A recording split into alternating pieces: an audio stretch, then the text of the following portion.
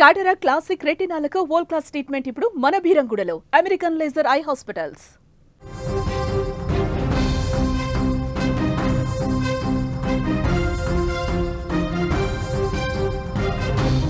మొదలైంది పాకిస్తాన్లో దిబ్బిడి మొదలైంది.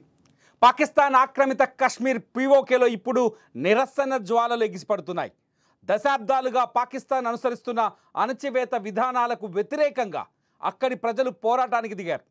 మొత్తం ప్రాంతమంతా ప్రస్తుతం రణరంగంగా మారిపోయింది. పీఓకే ప్రజలకు పాకిస్తాన్ ప్రభుత్వం గత 70 ఏళ్లుగా నరకం చూపిస్తోంది. వారికి కనీస హక్కులు ఇవ్వకుండా దారుణంగా అణచివేస్తోంది. పీఓకేలోని సహజ వనరులను పాకిస్తాన్ పూర్తిగా వాడుకుంటోంది. అయితే ఆ వనరుల నుంచి కనీస శాతం ప్రయోజనాన్ని కూడా స్థానిక ప్రజలకు ఇవ్వటం లేదు పాకిస్తాన్ ప్రభుత్వం.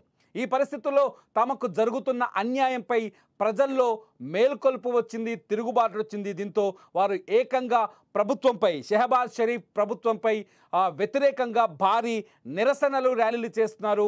పౌర సమాజ కూటమి అయిన అవామీ యాక్షన్ కమిటీ ఏఏసీ ఆధ్వర్యంలో ఈ నిరసనలు జరుగుతున్నాయి. నిన్న షట్టర్ డౌన్ వీల్ జామ్ పేరుతో నిరవధిక బంద్కు పిలుపునివ్వగా దీనికి స్థానికుల నుంచి పెద్ద ఎత్తున మద్దతు లభించింది.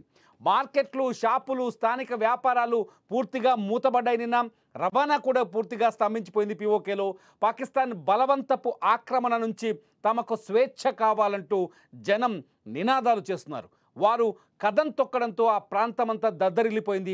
అయితే దీన్ని అణచివేసేందుకు ముజఫరాబాద్లో నిరసనలో పాల్గొన్న పౌరులపై పాకిస్తాన్ సైన్యం, ఐఎస్ఐ మద్దతున్న ముస్లిం కాన్ఫరెన్స్ సాయుధ దుండగులు కాల్పులు జరిపారు. ఈ దారుణ ఘటనలో 2 అమాయకులు చనిపోయారు. దీంతోపాటు 22 మంది గాయపడ్డారు. పరిస్థితిని అదుపులోకి తెచ్చేందుకు పాక్ సర్కార్ పీఓకే వ్యాప్తంగా ఇంటర్నెట్ను నిలిపేసింది. అలాగే భారీగా పోలీసులను మోహరించింది. పొరుగున ఉన్న పంజాబ్ ప్రావిన్స్ నుంచి వేలాది మంది సైనికులను, ఇస్లామాబాద్ నుంచి మరో 1000 మంది జవాన్లను ఆందోళనను అదుపు చేయడానికి పీఓకేకి పంపింది. ప్రస్తుతం అక్కడ పరిస్థితులు మనం స్క్రీన్లో చూస్తున్నాం. పీఓకే ప్రజలు తమకు అన్యాయం జరుగుతుందంటూ మొత్తం 38 డిమాండ్లను పాకిస్తాన్ ప్రభుత్వం ముందు పెట్టారు. వీటిలో ప్రధానంగా గోధుమ పిండిపై సబ్సిడీ ఇవ్వాలని డిమాండ్ చేస్తున్నారు. అలాగే మంగ్లా జల విద్యుత్ ప్రాజెక్టు ఆధారంగా విద్యుత్ ఛార్జీలను తగ్గించాలని కోరుతున్నారు. వీటితో పాటు పీఓకేలో అసెంబ్లీలో పాకిస్తాన్లో నివసిస్తున్న కశ్మీరీ శరణార్థుల కోసం కేటాయించిన 12 సీట్లను రద్దు చేయాలని డిమాండ్ చేశారు. ఈ సీట్ల వల్ల స్థానికులకు తీవ్ర అన్యాయం జరుగుతోందని ఆరోపిస్తున్నారు. ఈ డిమాండ్లపై ఏసీసీతో పాక్ సర్కారు చర్చలు జరిపినా అవి సఫలం కావట్లేదు. దీంతో ఏసీసీ తమ ఆందోళనను మరింత ఉధృతం చేసింది. ఈ పరిస్థితుల్లో పీఓకే ప్రజలు పక్కనే ఉన్న భారతదేశాన్ని చూసి తీవ్రంగా కుమిలిపోతున్నారు, బాధపడుతున్నారు. పక్కనే ఉన్న మన జమ్మూ కాశ్మీర్ రాష్ట్రంలో ప్రజలు అనుభవిస్తున్న స్వేచ్ఛ, అభివృద్ధిని చూసి వారు ఆవేదన చెందుతున్నారు.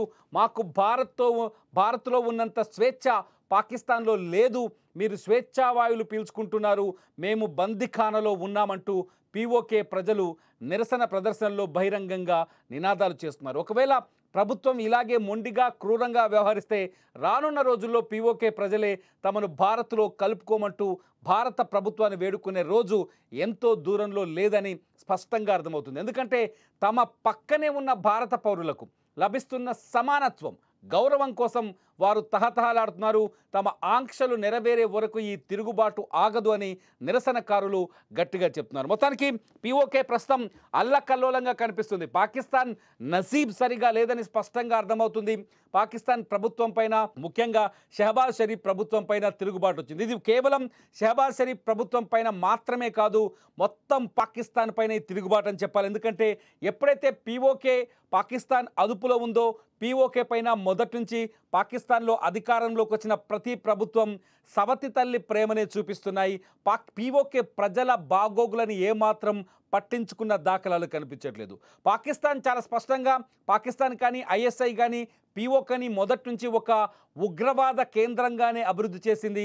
అక్కడున్న ఉగ్రవాద శిబిరాలు ఏర్పాటు చేసి ఆ ఉగ్రవాద శిబిరాల ద్వారా భారత్ పైన ఉగ్రవాదాన్ని ఉసిగొల్పే ప్రయత్నమే చేసింది. కానీ ఆ పీఓకేలో ఉన్న, పాక్ ఆక్రమిత కశ్మీర్లో ఉన్న ప్రజల ఆకలి బాధలను, వాళ్ళ జీవితాలను ఏనాడు పట్టించుకున్న దాఖలాలు లేవు.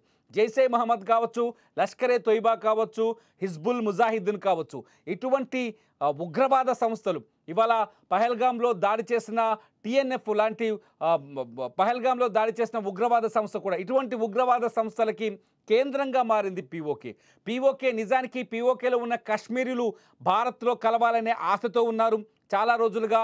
భారత్ ఎప్పుడు పీఓకేని స్వాధీనం చేసుకుంటుంది అనే ఆశతో కూడా చాలా స్పష్టంగా కనిపిస్తున్నారు. ఇవాళ ఆందోళనలు కూడా మనం అబ్జర్వ్ చేయొచ్చు, చాలా స్పష్టంగా చెప్తున్నారు.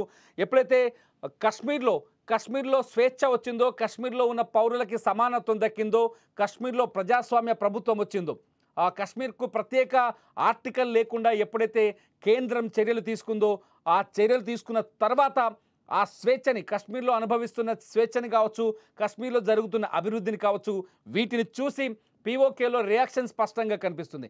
భారత ప్రభుత్వం కూడా రెగ్యులర్గా ప్రభుత్వం నుంచి కూడా కొన్ని విశ్లేషణలు వస్తున్నాయి. మన కేంద్రంలో ఉండే నాయకులు, జాతీయ నాయకులు కూడా చాలా స్పష్టంగా చెప్తున్నారు, ఎట్టి పరిస్థితుల్లోనూ పీఓకేని స్వాధీనం చేసుకొని తీరుతామని చెప్తున్నారు. పీఓకేని స్వాధీనం చేసుకోవాలి అంటే అక్కడి ప్రజల్లో ముందు తిరుగుబాటు కనిపించాలి. ప్రస్తుతం అటువంటి సిచ్యువేషన్ మనకు పీఓకేలో కనిపిస్తుంది.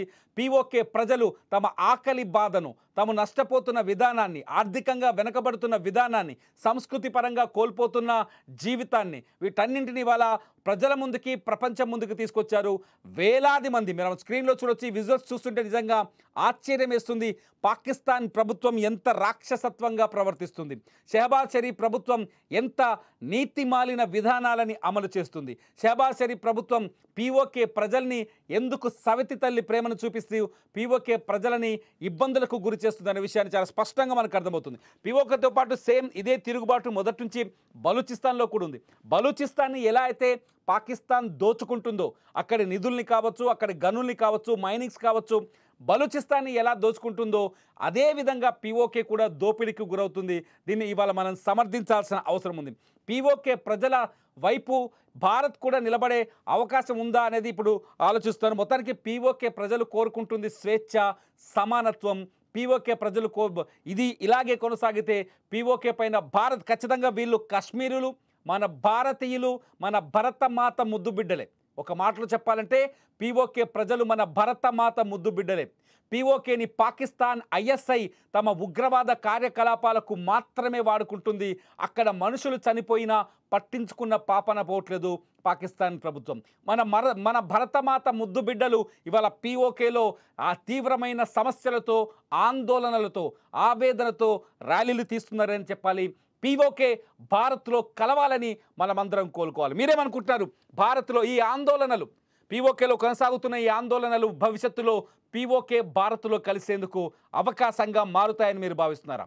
పాకిస్తాన్ ప్రభుత్వంపై వ్యతిరేకత కాదు, భారత్లో కలవాలనే ఆశతోనే ఈ ర్యాలీలు మొదలయ్యాయని మీరు ఆలోచిస్తున్నారా?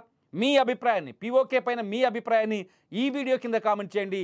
లైవ్ అప్డేట్స్ కోసం చూస్తూనే ఉండండి సుమన్ టీవీ డిజిటల్ లైవ్, అట్లాగే సుమన్ టీవీ లైవ్.